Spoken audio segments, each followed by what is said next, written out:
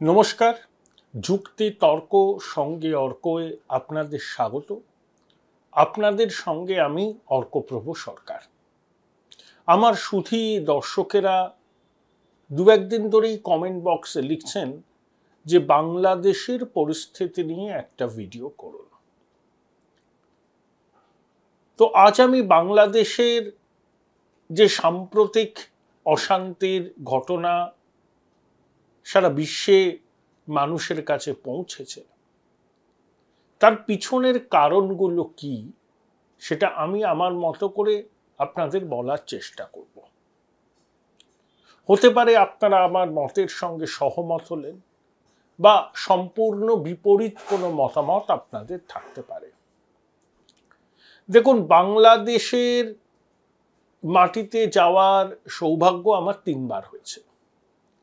দুবার গেছিলাম পেশাগত কাজে, আর একবার বাংলাদেশ সরকারের অতিথি হয়ে। আমার বাবা প্রয়াত রাষ্ট্রবিজ্ঞানের অধ্যাপক বাসবলাল সরকার মুক্তিযুদ্ধের সময় সাংস্কৃতিক ফ্রন্টে একটা উল্লেখযোগ্য ভূমিকা নিয়েছিলেন। তার স্বীকৃতি স্বরূপ বাংলাদেশের সর্বোচ্চ অসামরিক সম্মান মুক্তিযোদ্ধা সম্মাননা সম্মান তাকে দেয়া হয়। কিন্তু তখন তিনি প্রয়াত হন। তার পক্ষ থেকে আমি গিয়েছিলাম, সেটা 2012 সালের ডিসেম্বর মাসে। প্রধানমন্ত্রী শেখ হাসিনার কাছ থেকে স্মারকপত্র এবং অন্যান্য উপহার পেয়েছিলাম। 7 দিনের সফর ছিল, একেবারে সরকারি সফর বলতে যা হয়।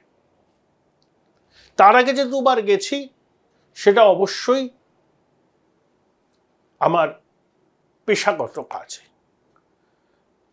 আমার বাবা বাংলাদেশের আদিবাসিন্দা নন, আমরা মুর্শিদাবাদের লোক, তবে আমার মা পাবনা জেলার মানুষ ছিল, আর আমার জন্ম তো এই পশ্চিমবঙ্গেই। তো বাংলাদেশে গিয়ে আমি তখনও যেটা বুঝেছিলাম, দেখুন আজ থেকে 12 বছর আগে, ইসলামীকরণ কিন্তু চলছে এবং ভারত বিরোধী মনোভাব তখনও ছিল। এখন সেটা কি পর্যায়ে গেছে আপনারা জানেন। এই যে ক্রিকেট বিশ্বকাপে ফাইনালে হারার পর সমাজ মাধ্যমে ছবি ভাইরাল হয়েছে, বাংলাদেশের মানুষ ভারতের হারায় রীতিমতো উল্লাস প্রকাশ করছে। আবার এই কথাও অনস্বীকার্য যে ভারতবর্ষ সহযোগিতা না করলে বাংলাদেশ গঠনই হতে পারত না। তাহলে এই প্রজন্ম কি মুক্তিযুদ্ধের ঐতিহ্য ইতিহাসকে ভুলে গেছে? ছাত্র সমাজই তো আগামী 30-40 বছর বাংলাদেশের শাসন ক্ষমতা বলুন সব জায়গায় নিয়ন্ত্রকের ভূমিকায় আসবে।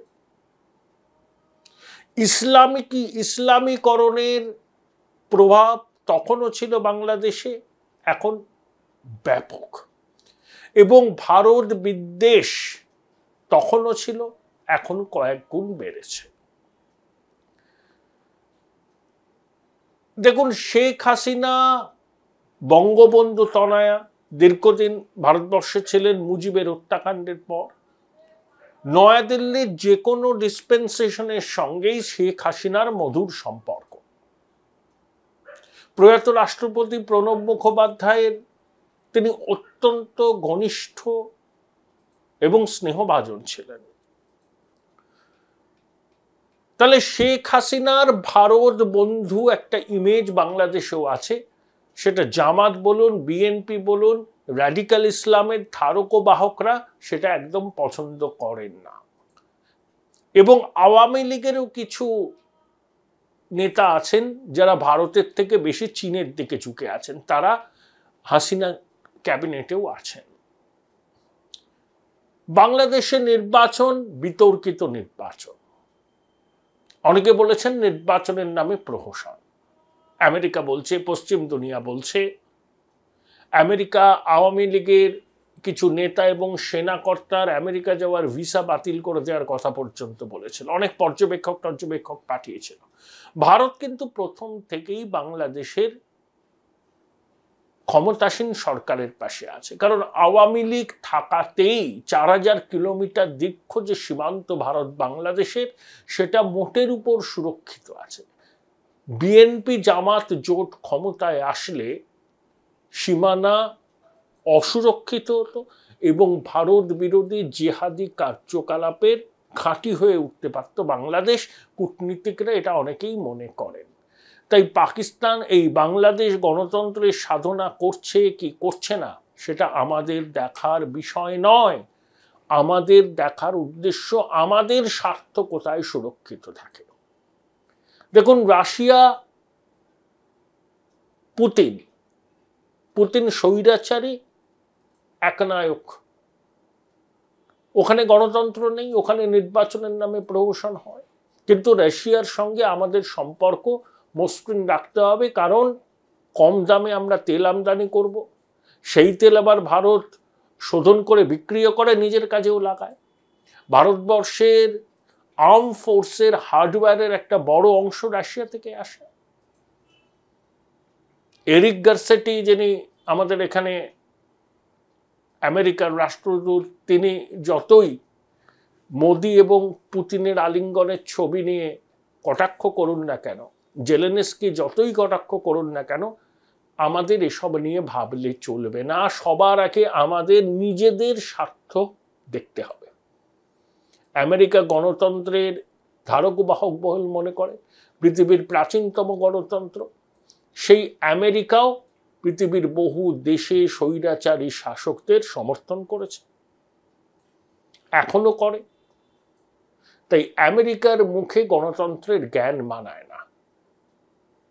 তাই আমরা আমাদের দেশের পক্ষে যেটা জরুরি সেই বিদেশ নীতিই আমরা অবলম্বন করব। ঢাকায় শেখ হাসিনার নেতৃত্বাধীন আওয়ামী লীগের সরকার থাকা আমাদের পক্ষে খুব প্রয়োজনীয়, নিরাপত্তার পক্ষে খুব দরকার। সেই জন্য ভারত আওয়ামী লীগ এবং শেখ হাসিনার পাশে আছে। সেখানকার নির্বাচন বাংলাদেশের অভ্যন্তরীণ বিষয়। অতএব এই বিষয়ে আমার মনে হয় কারুরই কোনো বিতর্ক থাকতে পারে না। ভারতের স্বার্থ এবং ভারতের 140 কোটি মানুষের স্বার্থ যাতে সুরক্ষিত হবে, যে দেশের সঙ্গে সম্পর্ক রাখলে ভারতের স্বার্থ সুরক্ষিত হবে সেইভাবেই আমাদের সম্পর্ক রাখতে হবে। সেই দেশ গণতান্ত্রিক না স্বৈরতান্ত্রিক তা দেখার কোনো দরকার নেই। এটা আমারও ব্যক্তিগত মত। কয়েকদিন আগে আমার বাবার কাছে বইটা ছিল, পড়তে শুরু করলাম। 320 পাতার বই, the betrayal of east Pakistan. বইটির লেখক লেফটেন্যান্ট জেনারেল A.A.K. নিয়াজি, যিনি অরোরার কাছে সারেন্ডার করেছিলেন ডিসেম্বর মাস 71 সালে। বাংলাদেশ স্বাধীন হলো, দুটো দেশের ইতিহাস বদলে গেল, একটা তৃতীয় দেশের জন্ম হলো। পৃথিবীর 1/5 মানুষ যেখানে বাস করে সেখানকার জিও পলিটিক্যাল এক অদ্ভুত পরিবর্তন হয়েছিল আজ থেকে 53 বছর আগে। নিক্সন কিসিঙ্গারের বঙ্গোপসাগরে 7 ফ্লিট পাঠানো, রাশিয়ার ভারতের পক্ষে চলে আসা, ইন্দিরা গান্ধী বিশ্বজুড়ে ঘুরে বেরিয়ে বাংলাদেশে খান সেনাকে অত্যাচার করছে সেই সব বলে বাংলাদেশের পক্ষে জনমত গঠন করেছিলেন, সেসব ইতিহাস। কিন্তু এই বইতে জেনারেল নিয়াজি কিছু বিস্ফোরক দাবি করেছেন। 320 পাতার বই, আমি খুঁটিয়ে খুঁটিয়ে পড়েছি, বেশ কিছুদিন আগেই পড়েছি, ভাবিনি যে এই বইটা রেফারেন্স এত কাজে লেগে যাবে এই প্রতিবেদন করতে। সেখানে জেনারেল নিয়াজি ছিলেন বাংলাদেশে পাকিস্তানের সেনাবাহিনীর প্রধান। তিনি সেই যুদ্ধে নেতৃত্ব দিয়েছিলেন, ইস্টার্ন কমান্ডের প্রধান।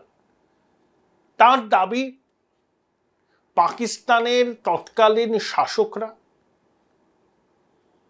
চেয়েছিলেন যে পূর্ব পাকিস্তান পশ্চিম পাকিস্তান থেকে বেরিয়ে যাক, যাতে তাদের গদি সুরক্ষিত থাকে। 1970 সালে নির্বাচনে পাকিস্তানের আওয়ামী লীগ 167টা আসন পায়। পূর্ব পাকিস্তানে কার্যত ধুয়ে মুছে সাফ হয়ে যায় পাকিস্তানের অন্য রাজনৈতিক দলগুলো। তাহলে পাকিস্তানের ন্যাশনাল অ্যাসেম্বলিতে আওয়ামী লীগ সংখ্যাগরিষ্ঠতা অর্জন করে, কিন্তু সেটা ইয়াহিয়া ভুট্টো মানতে রাজি হননি। সেখানেই আছে লারকানা কনস্পিরেসি। ভুট্টোর জন্মস্থান লারকানায়। সেখানে তৎকালীন পাক প্রেসিডেন্ট ইয়াহিয়া খান এবং ভুট্টো মিলিত হয়ে একটা ষড়যন্ত্র করেন। সেই ষড়যন্ত্র হচ্ছে যে মুজিবকে কোনোভাবেই রাষ্ট্রপতি হতে দেওয়া যাবে না। সেই জন্য তাহলে মুজিব রাষ্ট্রপতি হলে ইয়াহিয়াকে পদত্যাগ করতে হতো এবং ভুট্টোকে অপোজিশন বেঞ্চে বসতে হতো। নিয়াজি বলেছেন যে ভুট্টো, ইয়াহিয়া, মুজিব এবং কিছু হেঞ্চম্যান এই কনস্পিরেসিটা করেছিলেন। এটা ওনার ব্যাখ্যা। তাই পাকিস্তান ন্যাশনাল অ্যাসেম্বলি সভা প্রেসিডেন্ট ডাকলেন না, স্থগিত করে দিলেন ইনডেফিনিট পিরিয়ডে। ঢাকাতে অ্যাসেম্বলির শুরু হওয়ার কথা ছিল, এম এম আহমেদ প্ল্যান।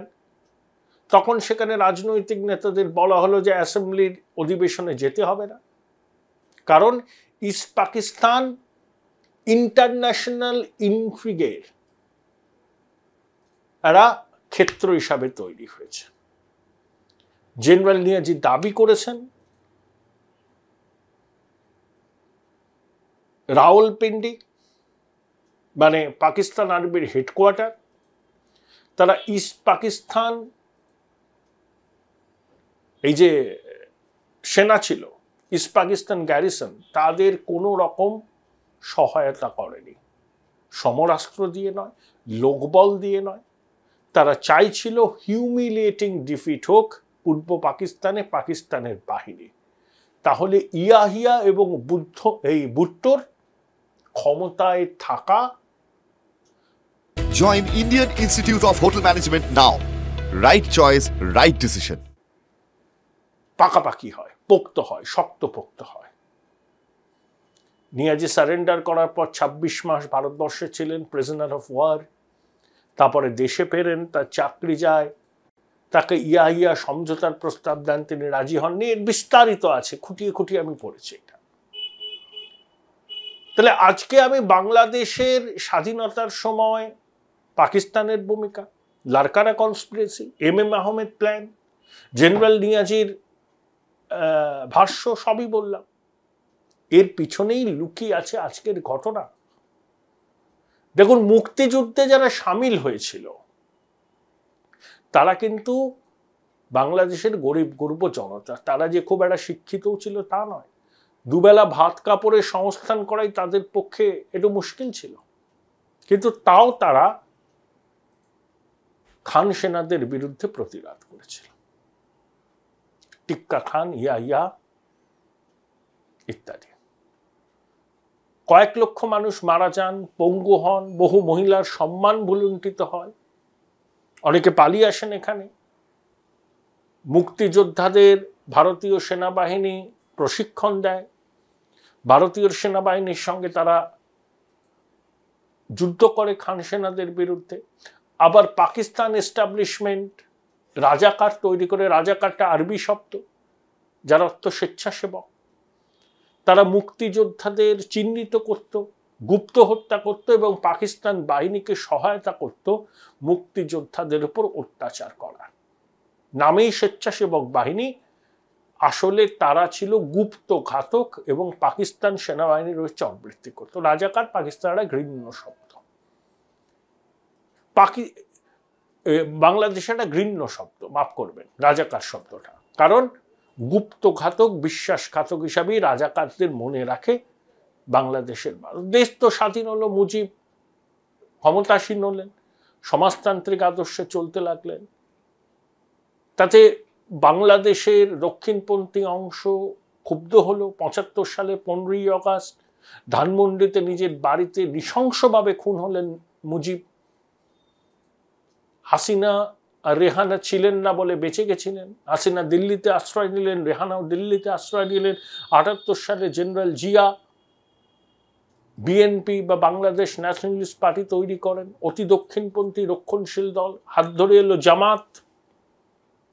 তাহলে ৭২ সালে মুজিবি মুক্তিযোদ্ধাদের পরিবার কিভাবে থাকবে, কিভাবে তারা বেঁচে থাকবে? তারা তো একটা আবেগের বশে স্বাধীনতার লড়াইয়ে নেমেছিল, বহু প্রাণ হারিয়েছিলেন, বহু পঙ্গু হয়ে গিয়েছিলেন, তাদের পরিবার চলবে কি করে? সেই জন্য সরকারি চাকরিতে মুক্তিযোদ্ধাদের কোটা ৩০%। তারপরে বাংলাদেশে এখন সরকারি চাকরির কোটা কত জানেন? ৫৪%, ৫৬%। ১০% হচ্ছে মহিলাদের, ১০% হচ্ছে জেলার কোটা, মানে অগ্রসর এবং অনগ্রসর জেলা, অনগ্রসর জেলাকে চাকরিতে সুবিধা দেওয়ার জন্য জেলার কোটা, ৫% উপজাতি কোটা, ১% প্রতিবন্ধী কোটা, মানে ২৬%। তার সঙ্গে ৩০% যুক্ত হয়েছে মুক্তিযোদ্ধা কোটা, তার মানে ৫৬%। পড়ে রইল ৫৪%। আমাদের যেমন আইএএস আইপিএস আছে, ইউপিএসসি নাই, বাংলাদেশেও তেমনি বাংলাদেশ সিভিল সার্ভিস আছে, তার আন্ডারে ২৬টা ক্যাডার আছে। বাংলাদেশে আমাদের যেমন ইউনিয়ন পাবলিক সার্ভিস কমিশন পরীক্ষাগুলো নেয়, বাংলাদেশেও তেমনি বাংলাদেশ ইউনিয়ন সার্ভিস কমিশন পরীক্ষা নেয়। আবার বাংলাদেশে গ্রুপ সি এবং গ্রুপ ডিতে সংরক্ষণ আছে, কাদের জন্য? এক্স সার্ভিসম্যান এবং আনসার। বাংলাদেশে প্রাথমিক শিক্ষকের পদের ৫০% মহিলাদের জন্য। তাহলে এত সংরক্ষণ, বাংলাদেশের যুব সমাজ এটা নিয়ে অনেক দিন ধরেই আন্দোলন করছে। ২০১৮ সালে রাজশাহী বিশ্ববিদ্যালয়ে এই কোটার বিরুদ্ধে আন্দোলন হয়, শেখ হাসিনা সরকার কোটা তুলে দেন। মুক্তিযোদ্ধা পরিবারে কেউ হাইকোর্টে মামলা করেন, হাইকোর্ট বলে কোটা তুলে দেওয়া যাবে না, সংবিধান বিরোধী। সরকার হালে সুপ্রিম কোর্টে হাইকোর্টের রায়কে চ্যালেঞ্জ করে গিয়েছে, শীঘ্রই শুনানি হবে। কিন্তু বাংলাদেশের সংবিধানে মুক্তিযোদ্ধাদের জন্য সরকারি চাকরিতে সংরক্ষণ বা কোটা থাকবে এটা কোথাও বলা নেই।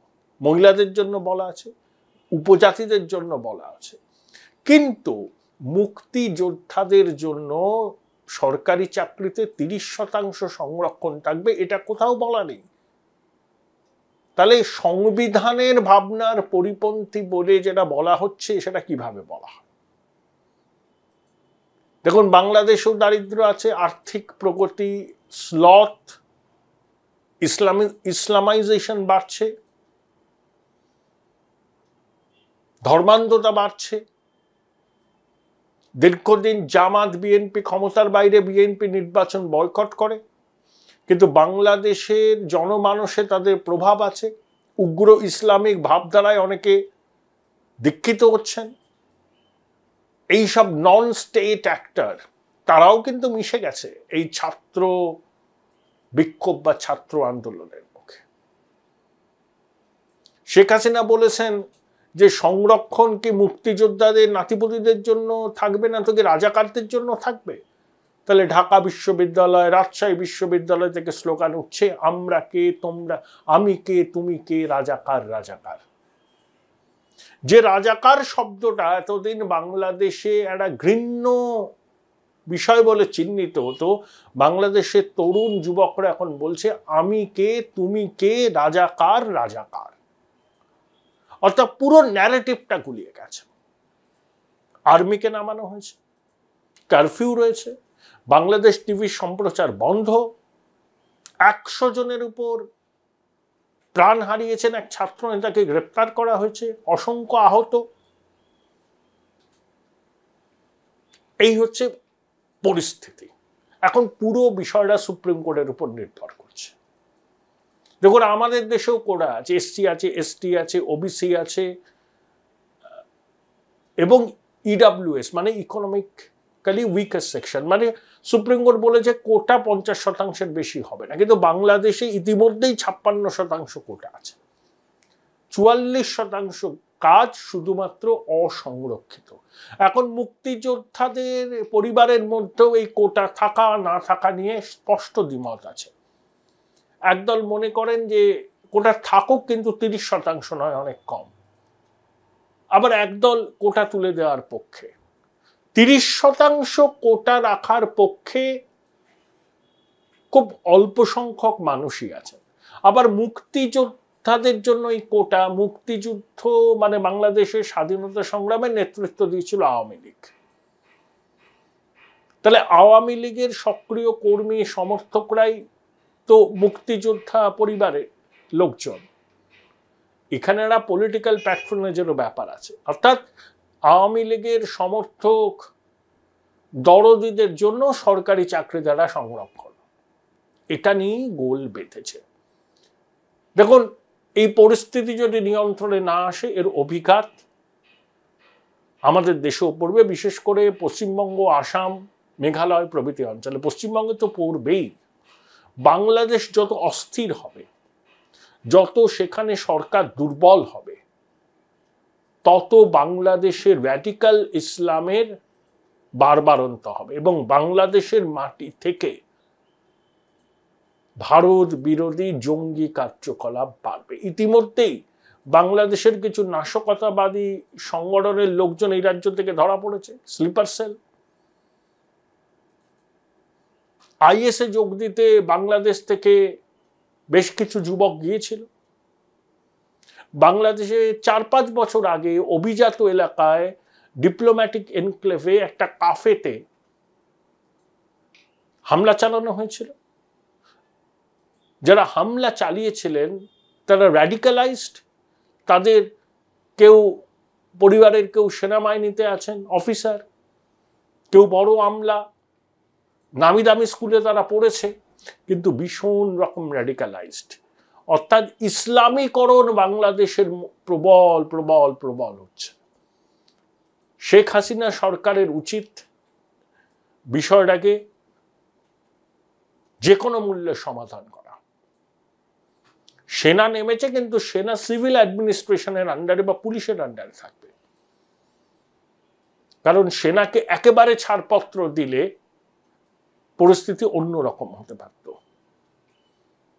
বাংলাদেশে আমি আরো একবার অর্থহীনভাবে বলি, আপনারা আমার সঙ্গে সহমত হবেন কি হবেন আমি জানি না, যে বাংলাদেশে গণতন্ত্র আছে কি নেই দেখার আমাদের কোনো দরকার নেই।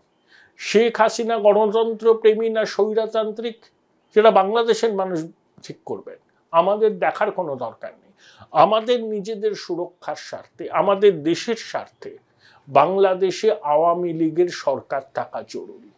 কারণ বাংলাদেশে স্থলপথ, রেলপথ, নদীপথ আমরা ব্যবহার করছি পণ্য সরবরাহের জন্য। উত্তর পূর্ব ভারতের সঙ্গে যাতায়াতের সময় দূরত্ব দুটোই কমছে। ইতিমধ্যেই ওই জামাত বিএনপি বলছে ভারতকে এই সুবিধা দেওয়া যাবে না। ভারতীয় পণ্য বয়কটের ডাকও দিয়েছিল, কিন্তু সেটা যেহেতু করে দানা বাঁধেনি। বাংলাদেশের সাধারণ মানুষ চিকিৎসার জন্য অহরহ ভারতে আসেন। তাহলে দু দেশের মধ্যে একটা সম্পর্ক আছে, বিশেষত পশ্চিমবঙ্গের সঙ্গে বাংলাদেশে। তাই সেখানে যদি নড়বড়ে সরকার থাকে, সেখানে যদি সরকার ক্রমাগত র্যাডিক্যাল এলিমেন্টের চাপের মুখে পড়ে নতি স্বীকার করে, সেটা ভারতের পক্ষে মোটেই মঙ্গল নয়। ইতিমধ্যেই তিস্তা মহাপ্রকল্পের বরাত ভারতকে দেবেন বলে হাসিনা জানিয়েছেন। চীন সফর শেষে বাংলাদেশে এসে তিনি সাংবাদিকদের জানিয়েছেন। রংপুরে হবে, রংপুরে ভারত সরকার তাদের একটা দূতাবাসের অফিস করেছে। আমাদের শিলিগুড়ির চিকেন নেক থেকে ওই রংপুরের তিস্তা মহাপ্রকল্প যেখানে হবে দূরত্ব 100 কিলোমিটার, সেখানে চীনের প্রেজেন্স আমরা নিশ্চয়ই বরদাস্ত করতে পারি না। শেখ হাসিনা কিন্তু আমাদের সেই বরাতটা দিয়েছেন। তিস্তা নিয়ে এখনো বিরোধ মেটেনি, এটা নিয়েও শেখ হাসিনা দেশের মাটিতে চাপের মুখে আছে। আরো 56টা নদীর জলবন্টন নিয়ে বিভিন্ন চুক্তি আছে ভারতের সঙ্গে, কারণ 56টা নদী ভারত থেকে বাংলাদেশে প্রবাহিত হয়েছে। ভারত ও বাংলাদেশের গঙ্গা চুক্তির পুনর্নবীকরণ 2026 হওয়ার কথা, এখন সবকিছু খতিয়ে দেখা হচ্ছে। এই তো পরিস্থিতি। তাই বাংলাদেশে শান্তি, সুস্থিতি আমাদের কাছে ভীষণ দরকার। ভারত সরকার পরিস্থিতির উপর নজর রাখছে। এটা পুরো যে ছাত্র আন্দোলন সেটা কিন্তু নয়, প্রথমে ছাত্র আন্দোলন ছিল, কিন্তু সরকারকে বেকায়দায় ফেলবার সুযোগের অপেক্ষায় ছিল বিএনপি এবং জামাত। তারা এই সুযোগে রাস্তায় নেমেছে, দুষ্কৃতীরা নেমেছে, সরকারি ভবনে ভাঙচুর, পুলিশের উপর লাঠি বোমা গুলি ছোড়া পাথর ছোড়া তারা করছে, পুলিশ রিটালিয়েট করছে। এখনো পর্যন্ত শতাধিক মৃত্যুর খবর আছে। আমাদের খুব খুব সতর্কভাবে পরিস্থিতির দিকে নজর রাখতে হবে। আমরা কোনো অবস্থাতেই বাংলাদেশে একটা অরাজক পরিস্থিতি দীর্ঘদিন চলুক সেটা চাই না, আমাদের নিজের স্বার্থে। এটা সর্বাগ্রে মনে রাখতেই হবে।